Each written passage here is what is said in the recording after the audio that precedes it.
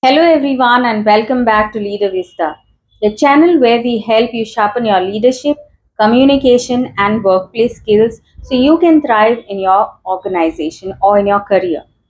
Today's topic is something we all do every single day, but rarely think about it. That is telephone etiquette. Now, you might be wondering, why do we need etiquettes on the phone? Isn't it just about picking up and saying hello? Well, not exactly.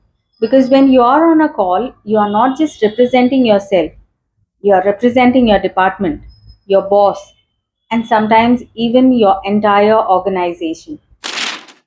One phone call can build trust, strengthen relationships, and open opportunities, or it can damage your reputation in seconds. That's why in today's video, I'm going to walk you through everything you need to know about telephone etiquette, from the basics to formal versus informal calls to advanced tips that will set you apart in the workplace. Think about it. In face to face conversation, you have body language, eye contact, and facial expressions to support your words. But on the phone, none of that exists. The only tool you have here is your voice, your tone, your pace, and your choice of words. That means the listener is judging you entirely by how you sound.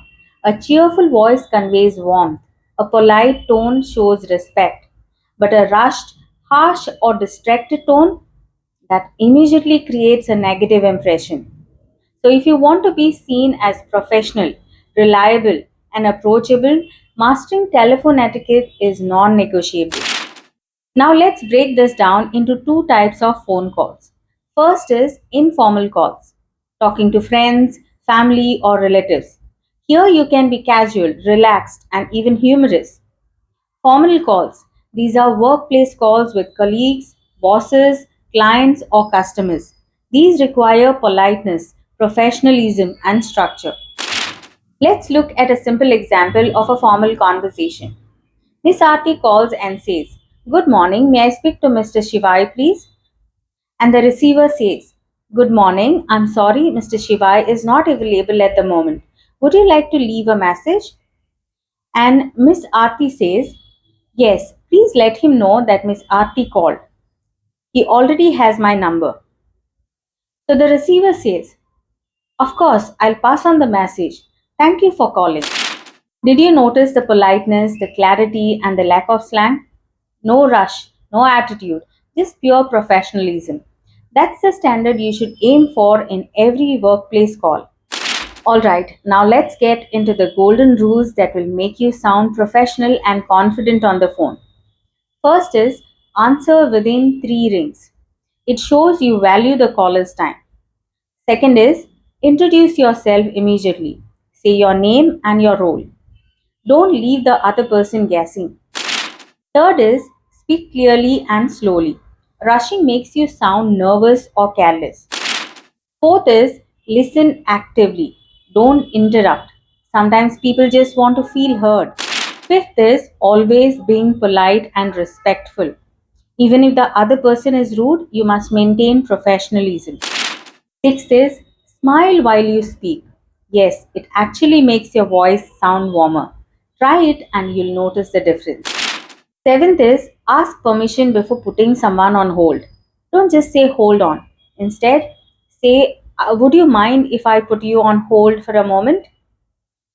And eighth is if you dial the wrong number, apologize. Don't be abrupt or rude.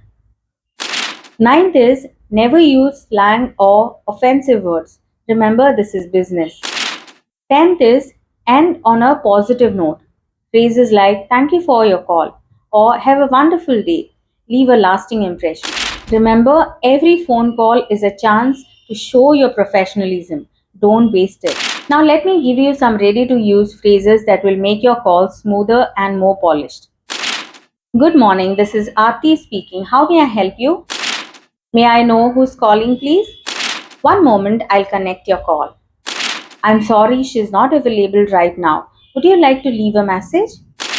Thank you for your patience. I'll make sure your message is passed on.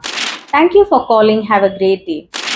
These phrases might sound simple, but when used consistently, they make you stand out as someone who's reliable and professional. Before I wrap up, here are some advanced tips you can use in the workplace. If you don't know the answer to a question, don't bluff. Be honest and say, "Let me confirm and get back to you." Be mindful of your background noise. A noisy environment can ruin even the most polite conversation. Don't keep the line engaged for too long. Be efficient and respectful of the other person's time. Always take notes during important calls so you don't miss key details. These little things separate average communicators from excellent ones. So, to wrap this up, telephone etiquette is not just about picking up calls, it's about creating positive impressions, building trust, and showcasing your professionalism every single time you speak.